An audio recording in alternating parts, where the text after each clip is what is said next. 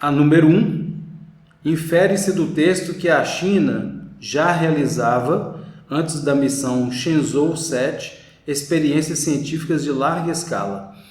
Antes da missão. É uma informação que a gente vai levar em consideração aqui, já ditando que tem alguma coisa no presente, que provavelmente é uma missão que eles têm desenvolvido recentemente, mas está trazendo informações de um passado mais distante.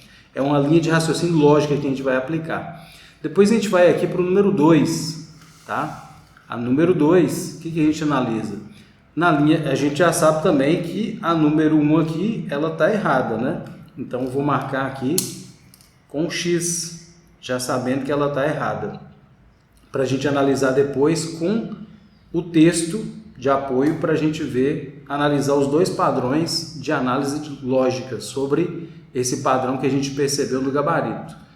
O 2, na linha 17, o vocabulário apologética poderia ser substituído por defensiva, sem prejuízo de sentido do texto.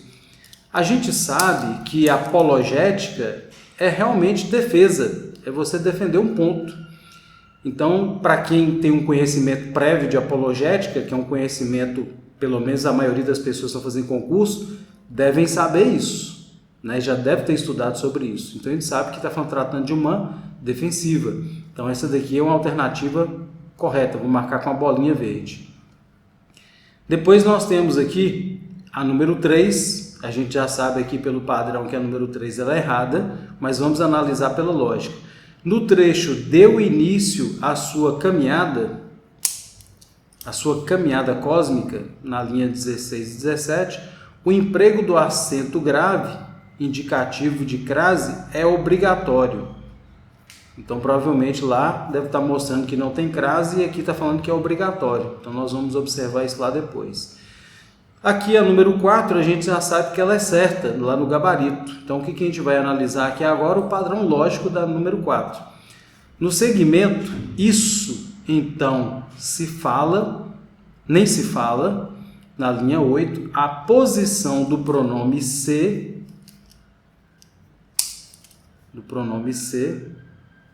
que também está aqui, justifica-se pela presença da palavra de sentido negativo.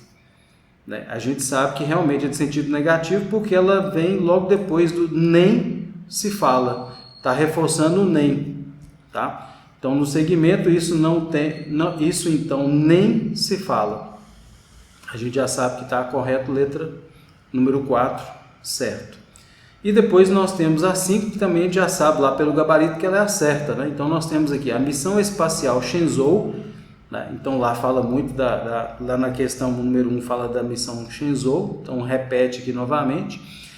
Adquiriu caráter político de vanglória, né? Então nós vamos analisar agora com base no texto. Então a gente vai ler o texto e vai sincronizar essas informações com o texto para analisar a lógica deles com o que a gente vê aqui no texto. Então a gente analisa aqui, ó. Nem astronautas, nem cosmonautas. Os futuros conquistadores do espaço chamam-se taikonautas. Está se falando da China. E após bem-sucedida missão Shenzhou 7, então confere aqui com o número 1 e a número 5, né? Tem realmente essa missão.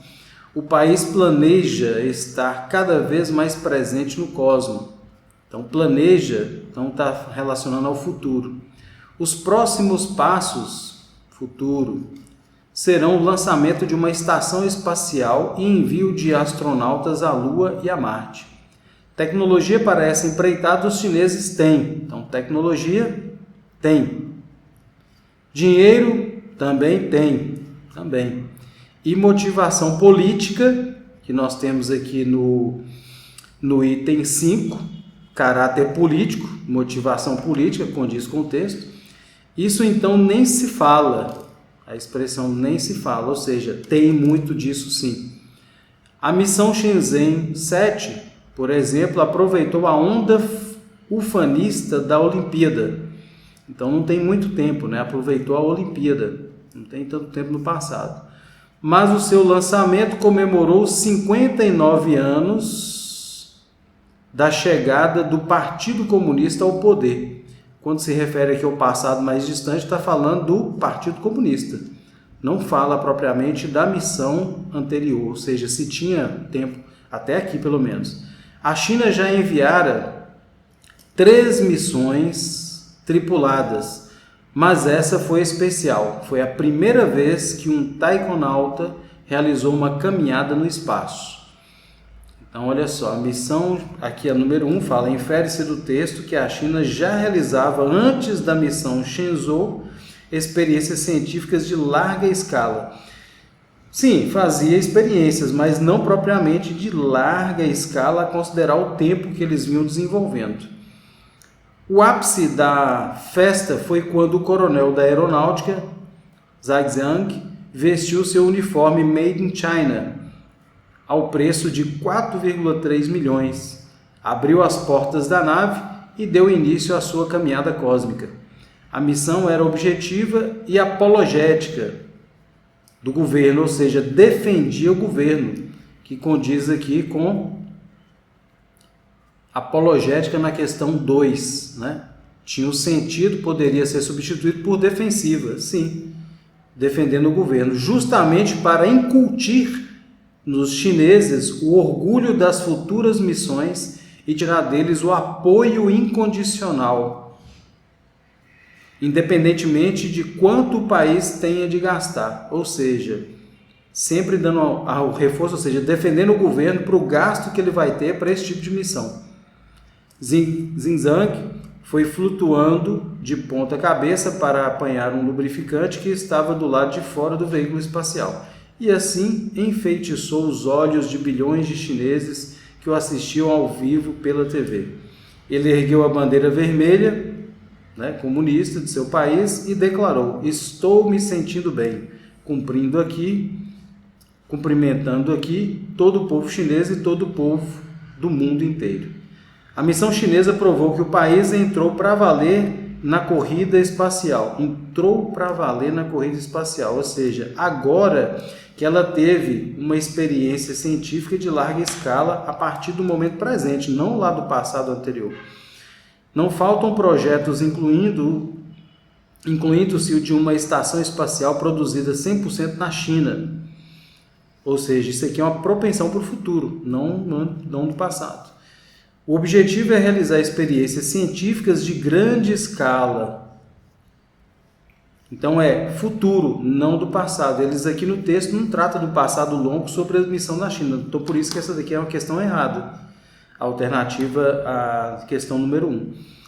E criar uma sólida base para a utilização pacífica do espaço e exploração de seus recursos. Essa estação ajudará o país a avançar em projetos muito mais ambiciosos. Então, como vocês perceberam aqui, analisando o padrão do gabarito, né, que é 2x3 ou 3x2, daí vocês vão perceber que fica mais fácil assim de você, quando estiver fazendo uma nova prova, você vai se basear nesse padrão. Então, você vai focar primeiro naquilo que você tem mais facilidade.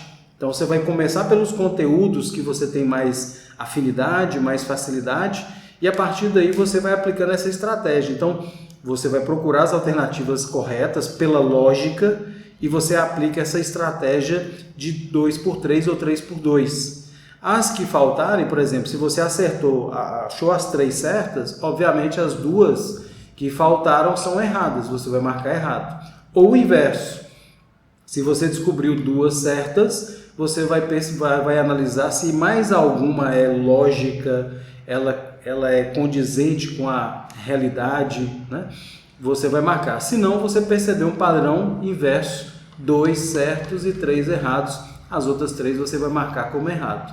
Então, essa é uma forma de você fazer a prova da CESP, SEBRASP, se antecipando. Então, pega provas anteriores, umas 3, 4, 5 provas, analisa esses padrões, confere, para que o seu cérebro seja treinado, para que ele possa perceber, quando você estiver em dúvida, usando o seu inconsciente e a intuição, a capacidade de você perceber a resposta correta dentro desse padrão.